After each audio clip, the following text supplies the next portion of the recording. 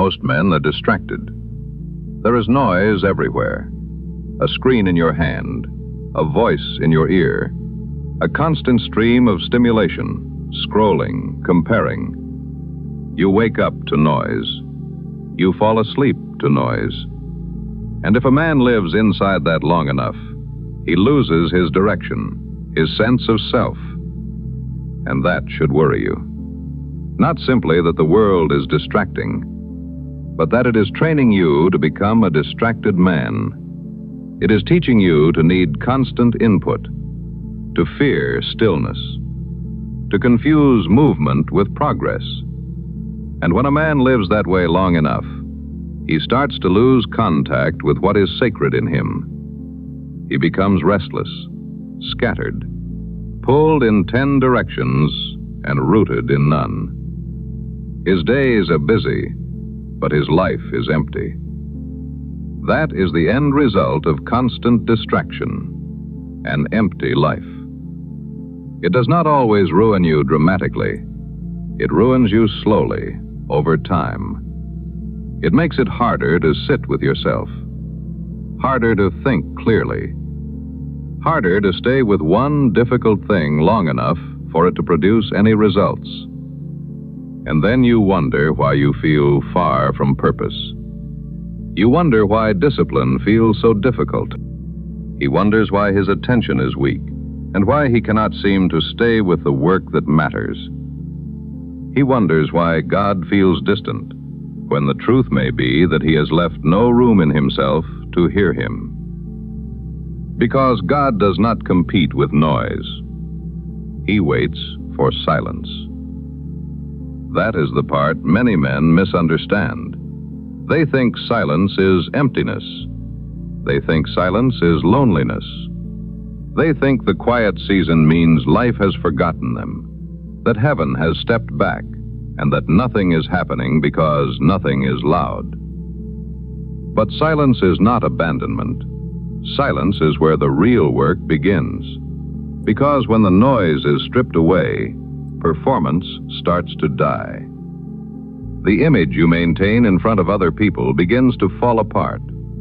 The need to be entertained every few minutes just to keep from feeling your own life. All of that gets exposed in silence. This is the process. A man cannot be healed in the places where he keeps hiding from himself. But once you accept the silence, you start to notice how dependent you have become on stimulation, how quickly your hand reaches for the phone, how impatient your mind becomes the second there is no input.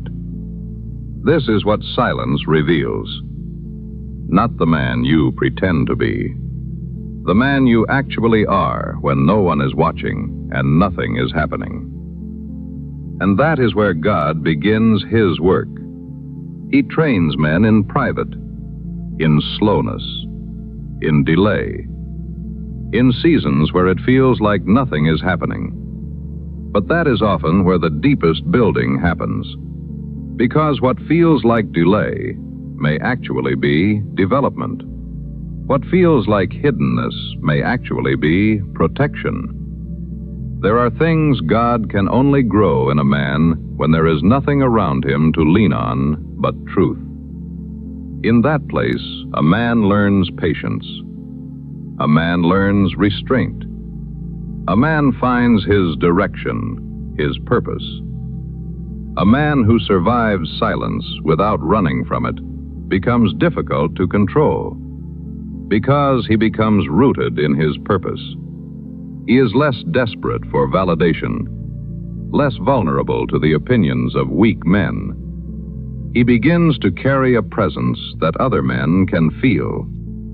That is why the noisy world fears silence, even if it does not say so openly.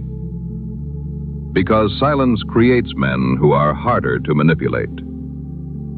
A man who can sit in quiet and not immediately reach for escape becomes dangerous in the right way.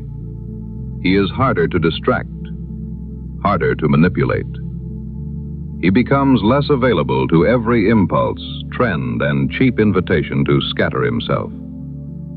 And that matters, because purpose requires concentration. You do not drift into a meaningful life. You do not scroll your way into calling. A meaningful life is built by men who can stay with what is real when what is real is not exciting. That is why silence is so important. The silence teaches men how to confront their own thoughts without running. Appetite for constant stimulation starts to weaken. He begins to recover his taste for ordinary things. He begins to feel how distorted he had become under constant stimulation. His attention becomes cleaner. His emotions become less chaotic. He begins to notice that what once felt unbearable begin to lose their power over you. This is why you should not run from every silent season. Some of the most important things in your life will be formed where nobody can witness them. The world may call it delay. You may call it loneliness. But if the season is producing clarity, restraint, and a stronger mind, then it is not empty.